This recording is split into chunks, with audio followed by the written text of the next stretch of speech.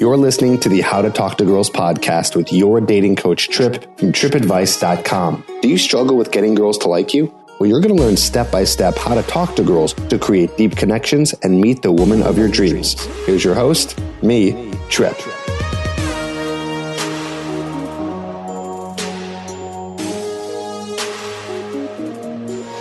Hello and welcome to another episode of the How to Talk to Girls podcast. I'm your host, Trip Kramer from tripadvice.com. Welcome, and a big welcome to you. If it's your first time here, because maybe you're trying to find out why your ex cheated on you, well, welcome, because this is the episode where you're going to learn some of that, but you're also going to be introduced to a whole variety of great episodes here on the How to Talk to Girls podcast. So I encourage you to check those out and to see some other episodes, because you might be now learning, that you have to find someone new because someone just cheated on you, and that's terrible. So we got some breakup episodes to help you out with that. I know you're probably going through some emotional heartache right now, and also just a lot of episodes to get you back on your feet to meet more girls.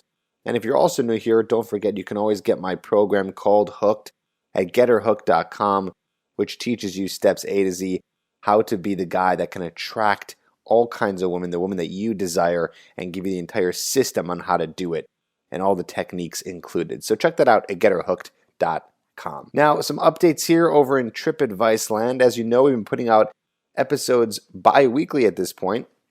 So if you're listening live, meaning the episode just came out, well, I'm putting out episodes every Wednesday and Saturday. So I'm going to try to keep up with that for as long as I can. But don't you worry, because every single week episodes are coming out. This is a great outlet for me to talk to you in a more raw fashion, other than my YouTube channel, which I'm also putting out episodes every single week there too. But excited to really get going with the podcast this year. We've been doing this for, 2018, about 3-4 years at this point. Can't believe that. I remember my old podcast called Dudes Talking About Chicks that is no longer available on iTunes. But don't worry, because this podcast is much better. That was an old podcast that got me even started in the whole TripAdvice world. That was before TripAdvice even existed. Back in 2009, I believe, was the first episode where that came out. So I've been podcasting for a long time, and can't believe we're here now. Over 200 episodes of How to Talk to Girls, over 3 million downloads at the time of the release. So, wow, we've really made a stride here. Okay, well, let's get into it. I really don't have many other updates to share with you. Don't forget to check out the Hooked program at getherhooked.com. Let's get into today's episode, where we're talking about the secret reasons your ex cheated on you. Now, here's the thing. There's potentially a lot of reasons why your ex cheated on you. A whole lot. And here's what we can do. There's a couple ways to go about this, right? We can go, our ex cheated on us. That sucks. And that person is terrible. And they did everything wrong because they cheated, and screw them. Now I'm going to go find somebody else. Okay, that's one way to go about it. Okay, that's one extreme. The other extreme is saying, okay, there might have been something that I did in this relationship that provoked her to cheat. Now, cheating is wrong. I'm not saying that if someone cheats on you, they have any good reason to do it. There's no good reason to do it. However, there is a reason why it happened. And maybe it's something you did in the relationship. It's possible. Well, it has to be possible. No one's that evil, okay? If you're in a happy relationship, the chances are so low that someone is going to go off and want to cheat. It's very low. Usually this happens when someone is not in a good place in the relationship, where they feel the relationship maybe is towards the end, or they're not getting what they need in the relationship, so they succumb to temptation and then they cheat, right? Terrible, terrible thing. But what I'm trying to get at is, I don't want you to completely play victim here, okay? Yes, it is wrong that she did that. It's the worst thing you could do, one of the worst things you could do in a relationship, by far. But maybe there's something that you did that you can learn from, so you could do relationships better in the future, okay?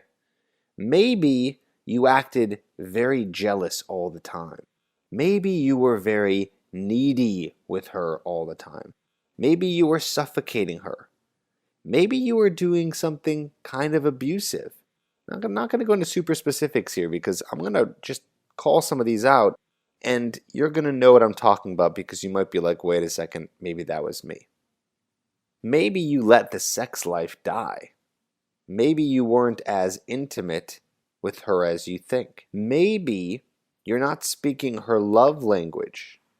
You can check that book out by Gary Chapman, The 5 Love Languages, where couples learn to show love in the way that people receive love. So maybe she's got a love language. Maybe she is someone who likes quality time and you weren't giving her that. Maybe she likes when you do nice things around the house, but you weren't doing that. Everyone's different. You should learn your love languages and definitely of your partner. And just a side note, they don't have to line up. You don't have to have the same love languages as the person you're with, but you do have to know how to speak them. Okay? So maybe there's something about her that she wanted and needed in a relationship that you weren't giving her. And so she was forced to go off and cheat. Now here's the thing. That's wrong. She should not have cheated. The right thing to do was for her to sit down and talk to you about it and say, hey, I'm not happy in this relationship. And maybe if she had the guts, or maybe one day if you have the guts, if you feel that tempted to cheat, maybe you'll tell her that. Maybe you'll sit down and you'll say, listen, I am tempted to be with other women. And it's because there's something wrong in this relationship. I would never do it. I will never cheat on you.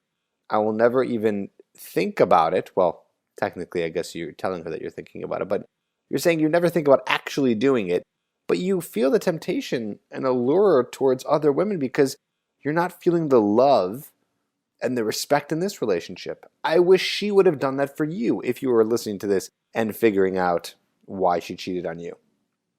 Okay? Now, here's the thing. If you're listening to this and you are not even in a relationship, I know a lot of guys listen to these episodes who are not in relationships, but I do relationship episodes from time to time. This is great that you're here. Just want you to know, whatever situation you're in, whether you've been cheated on, whether you're in a relationship right now, I'm sure that's probably the top. I'm sure most guys listening to this are probably in a relationship because they're thinking about how to prevent it, which is great. And then there's single guys. Awesome. You're all welcome to these episodes because you need to understand how to prevent it as well as how to deal with it. So how do you prevent it? Well, I just told you. Rewind the podcast a couple minutes back. I just told you right there, right? You don't suffocate her. You don't be too needy. What does needy mean? Meaning that you're trying to get so much from her and spend so much time with her and not letting her have her own life, not giving her the freedom to be who she is in the relationship and in life and have her own things going on with her work and her friends and her hobbies. Instead, you're needy, wanting so much attention from her. That's not good. That suffocates. That makes people act out in relationships, especially weak people who don't know how to communicate with their partner and decide to cheat. Because cheating usually happens, at least on the woman's side, I'll say cheating happens because they're looking for some sort of attention that they're not getting in the relationship.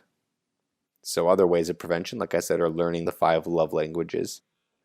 Definitely recommend that book. I'll put a link in the episode info so you can check that out.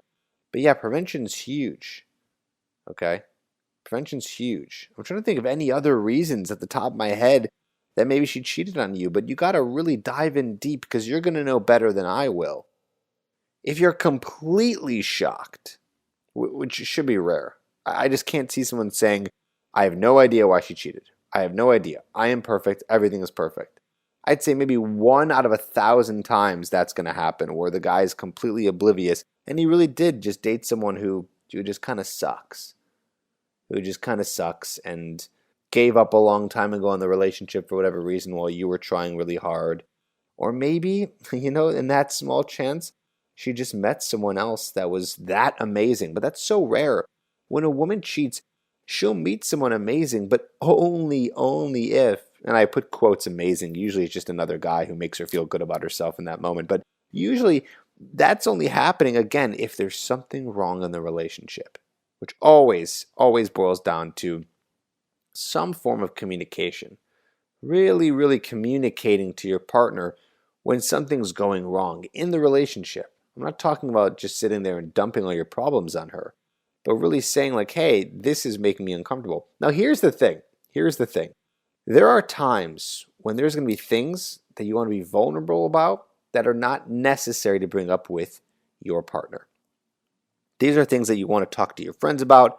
You want to talk to a therapist about. That's probably even the better option, because the therapist their job is to work out the issues with you, right? So there might be some issues in your life that you think are actual problems in the relationship, but really it's a problem with you. Here's an example: jealousy.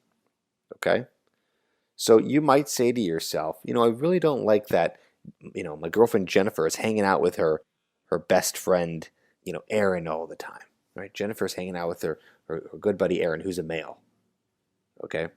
Now, that might not be something you want to bring up to her right away, because jealousy is a turnoff, and especially you might not be bringing it up to her correctly. And maybe the issue with the jealousy, which is 9 times out of 10 the issue, is the issue with you. Most people are jealous in relationships because they feel inadequate, self-conscious, and low self-esteem. They don't feel good enough, so they feel that any guy can just come in and take the girl away. That's where intense jealousy comes from, insecurity. So that's not something you want to bring up to your partner, because first of all, they're not going to be able to solve it. It's not on them to solve it.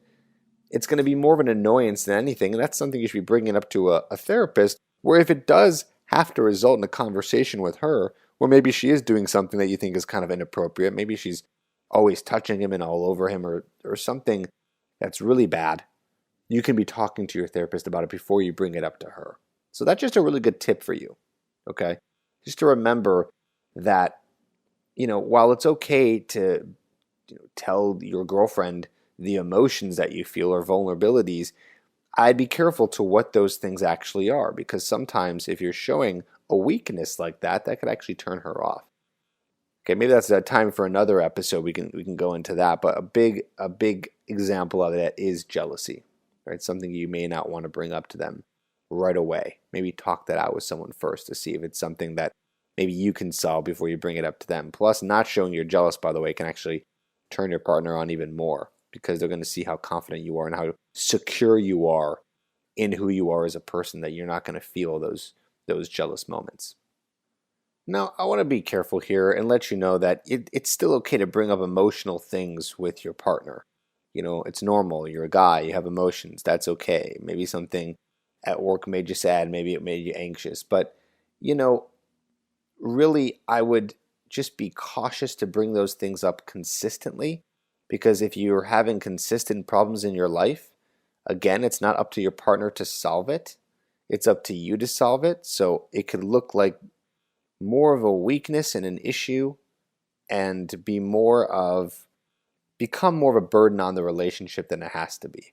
But in those odd times where you're kind of stressed out, that's okay. You can talk to your partner about that. But I still urge you to try to make sure that you're fixing this stuff on your own. That you're fixing these things on your own and trying to work on them before you bring them to your partner. Okay, so things to think about. So in a nutshell here, basically what we can do to prevent this is to make sure that your partner is happy in the relationship, and make sure that you're happy in the relationship. It's a constant battle. Really, it's a lot of work. Now, that doesn't mean that every single day you got to be working that hard on it. No, but most days of the week, you got to be working at it. You got to make sure everyone is happy in the relationship and everyone's on the same page. Because if not everyone is on the same page, you're going to have trouble.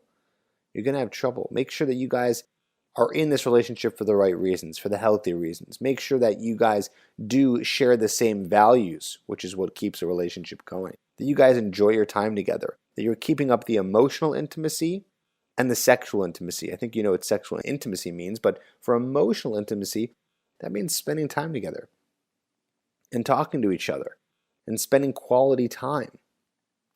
That is actually one of the love languages, but I think that's needed in any relationship, is a lot of quality time with each other. And these are, I guess, more tips for relationships that are a little bit deeper down the line. There's a lot of times when you're dating someone in the first 6 months, none of these things exist because everything is just great, because you're in that honeymoon infatuation stage and everything's absolutely wonderful. But as time goes on and relationships grow deeper, people get lazy and things start to fall apart. I'd say most relationships, I have no statistics behind what I'm about to say, but if I had to guess, most relationships end anywhere from, 3 months to a year. Most relationships, I'm guessing in the 80-20, most relationships are probably ending in that first year mark, because there you kind of find out whether or not the person is for you. But then after that, as things go deeper, there's a lot of work to be done.